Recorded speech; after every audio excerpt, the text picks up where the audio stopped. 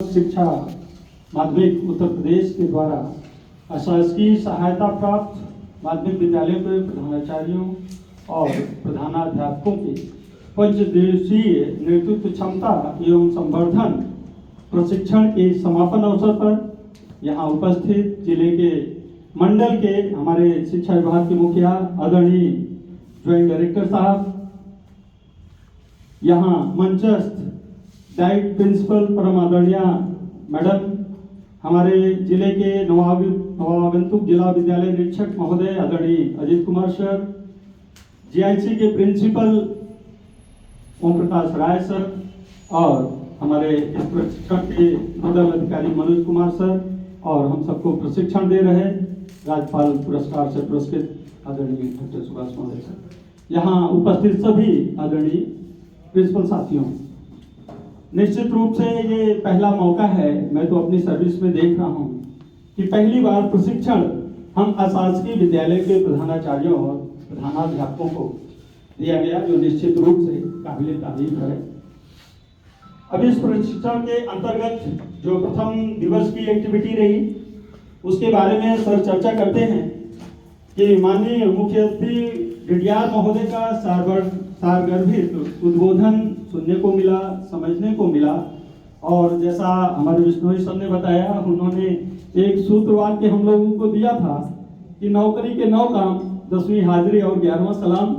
वहां से हम लोगों ने उसको गांठ बांध लिया है, आगे ध्यान भी रखेंगे, नौकरी स्मूथ चलती रहे कि काम तो करने हैं, सलाम भी करना है, तो भी करते रहेंगे। और दूसरा जो उन्होंने स्वार्थ का मूल मंत्र दिया था, यह WOT की स्ट्रेंथ, वीकनेस, अपॉर्चुनिटी और टैक्टफुलनेस ये होनी चाहिए लीडरशिप में। तो हम लोगों ने सभी साथियों में है भी, और जहाँ कहीं कुछ कमी है तो जरूर हम यहाँ से सीख के जा रहे हैं, तो इसका ध्यान रखेंगे।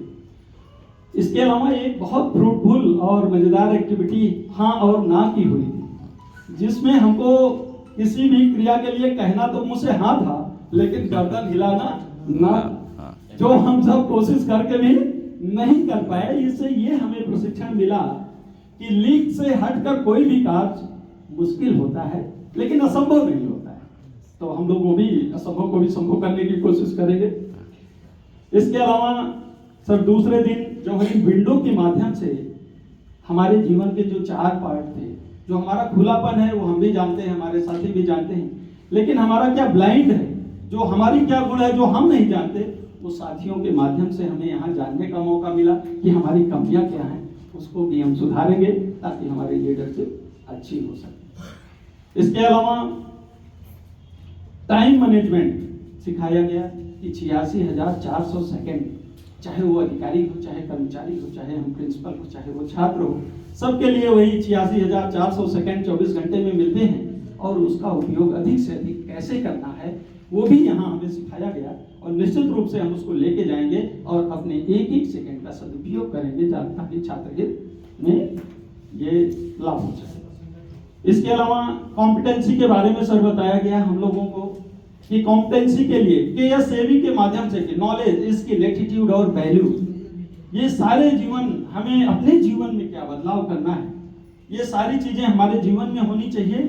और जब बदलाव की बात आती है तो हम लोग कभी कभी निगेटिव मोड में आए, सर हमारे टीचर नहीं करेंगे, लेकिन हमें यहाँ सीखने को मिला कि बदलाव पहले से अपने को करना है। यहाँ तो स्वीकारिए कि हाँ हम करेंगे, अगला कोई नहीं करेगा तो देखा जाएगा। फिलहाल बदलाव जो है वो अपने से अपने ऊपर ही लाना है। दूसरा हमें बताया गया सोशल इमोशनल लर्निंग के बारे में कि परिस्थितियों को देखते हुए कैसे आपको अपने कर्मचारी, अपने मित्रों के साथ संबंध भी बनाए रखना है और कैसे काम को भी आगे बढ़ाना है। विभागीय आदेशों निर्देशों का अनुपालन भी करना है और ये भी देखना है कि हमारा कोई कर्मचारी का कोई अहित ना हो जाए, तो उसमें बैलेंस बनाना है। ऐसा नहीं कि हम उसके हित में आ जाएं और विभागीय आदेशों की अवहेलना हो जाए, और ऐसा भी ना हो कि किसी का नुकसान हो जाए। तो हमें ये बहुत सोशल इमोशनल लर्निंग के बारे में अलर्ट रहना है। और स्ट्रेस मैनेजमेंट भी सर सिखाया गया आजकल विद्यालयों में प्रोफेसर, और यहाँ ये सीखने को मिला कि स्ट्रेस, चाहे वो फिजिकल स्ट्रेस हो चाहे इमोशनल स्ट्रेस हो, उसको दूर करने के लिए कभी कभी टॉपिक बदल लेना चाहिए, अटपटे सवाल और चटपटे जवाब कर लेना चाहिए थोड़ा सा। अभी थोड़ी देर के लिए मौका स्ट्रेसफुल हो गया था, मैडम ने उसे संभाला और फिर हम लोग हंसी के मोड में आ गए।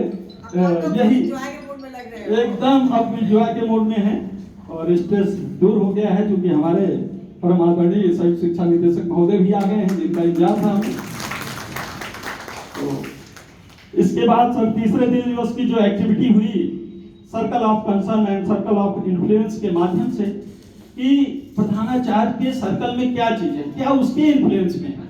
और जब हमने देखा तो बहुत सारी चीजें हमारे इन्फ्लुएंस में है, जिसको हम कोशिश करके विद्यालय को गति दे सकते हैं, उसको आगे ले जा सकते हैं। तो निश्चित रूप से सर्कल ऑफ इन्फ्लुएंस का जो भी उसमें तमाम चीजें बताई गई कि विद्यालय की कार्य योजना है, शासकीय कार्यों का क्रियान्वयन है, पंजीकरण है, बोर्ड कार्य है, वित्तीय प्रबंधन है, अनुशासन है, शैक्षिक प्रबंधन है, छात्रों की उपस्थिति अनुपस्थिति है, ये बहुत सारी चीजें प्रिंसिपल के माध्यम से नियंत्रित की जा सकती हैं और हम लोग उसको कोशिश करेंगे और करेंगे भी।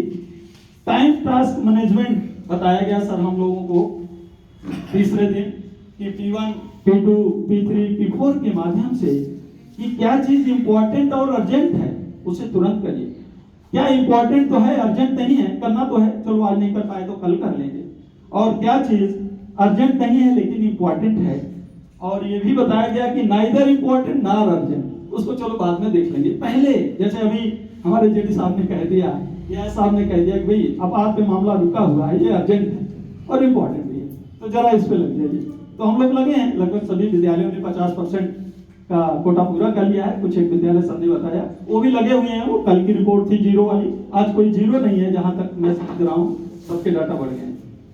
इसके अलावा सर कंपास पॉइंट एक्टिविटी के माध्यम से हमें दिखाया गया कि उत्तर पूर्व पश्चिम और उत्तर दक्षिण और पूर्व पश्चिम के माध्यम से विभिन्न विचार, कहीं पे विजन था, कहीं पे रिसर्च था, कहीं पे मानवीय सहयोग सबको साथ ले चलने का भाव था।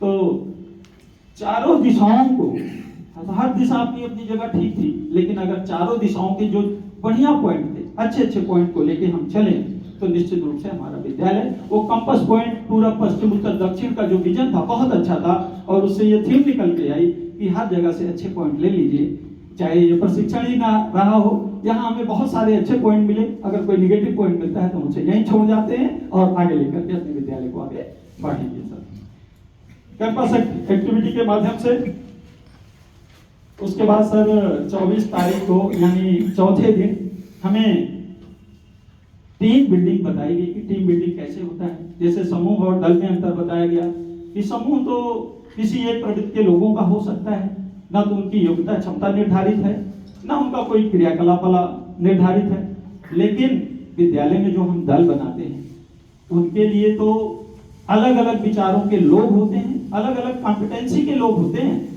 और निश्चित रूप से ऐसे दल का गठन करना चाहिए। भले आपका विचार उनसे ना मिलता हो, लेकिन अगर उनकी योग्यता क्षमता कार्यदक्षता अच्छी है तो उनको उस टीम का दल का टीम लीडर बनाना चाहिए।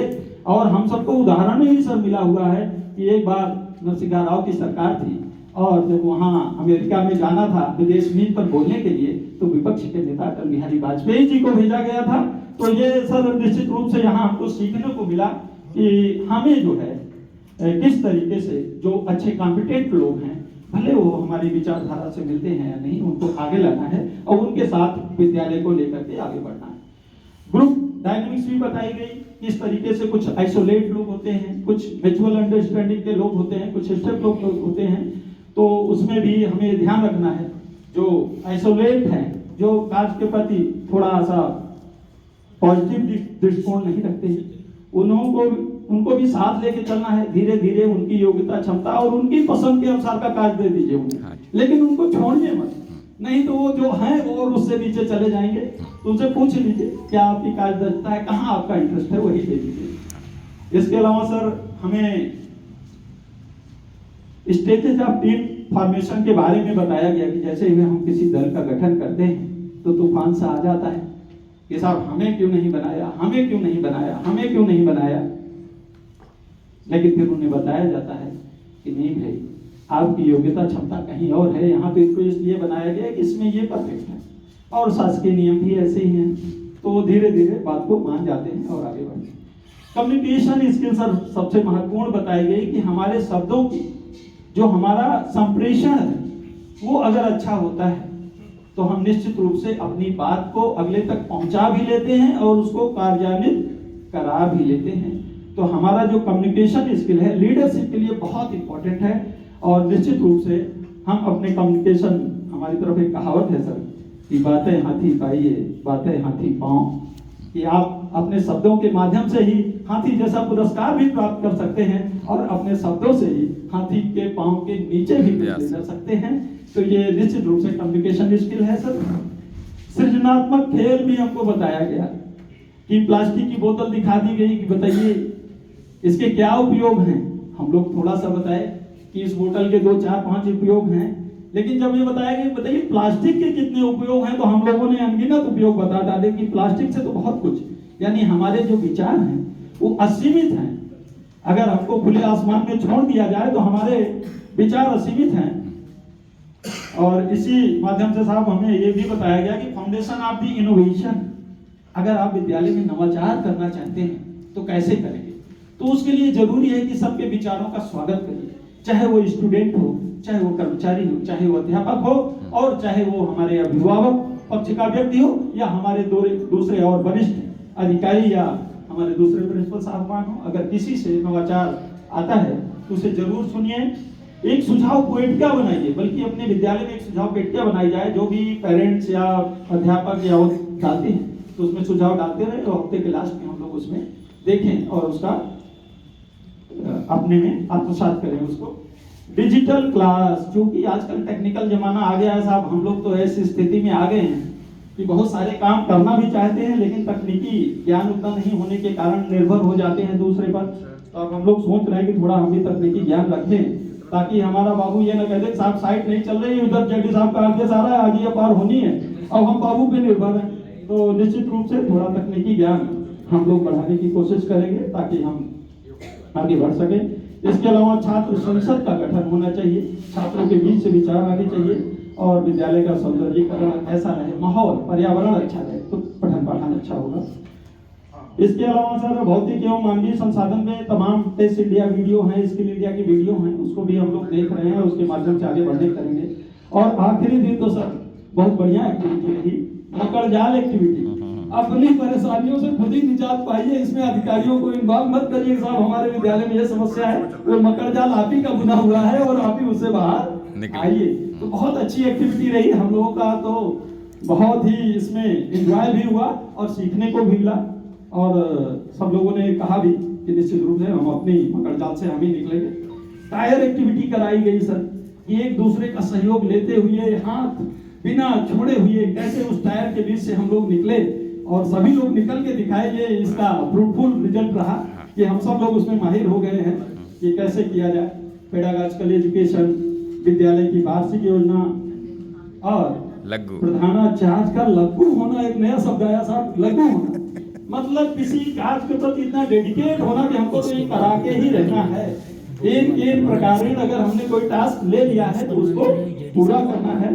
प्रधानाचार्य को स्मार्ट होना, स्मार्ट ना केवल ड्रेस से सेंस लिया गया है, स्मार्ट का मतलब विचारों से स्मार्ट होना चाहिए। और इस तरह से ये 5 दिवसीय नेतृत्व क्षमता संवर्धन हमारे प्रशिक्षक हुए आदरणीय राजकीय इंटर कॉलेज के प्रधानाचार्य आदरणीय ओम प्रकाश राय साहब एवं राज्यपाल पुरस्कार से सम्मानित आदरणीय डॉक्टर सुभाष चंद्र मौर्य के नेतृत्व में बहुत ही सफल और उपयोगी रहा। इसके अलावा डाइट के हमारे महेंद्र पाल जी, श्रीकांत मिश्रा जी का भी इसमें बड़ा सहयोग रहा। हम सभी प्रेसिडेंट के सभी अधिकारियों और सहयोगियों का बहुत बहुत आभार और धन्यवाद ज्ञापन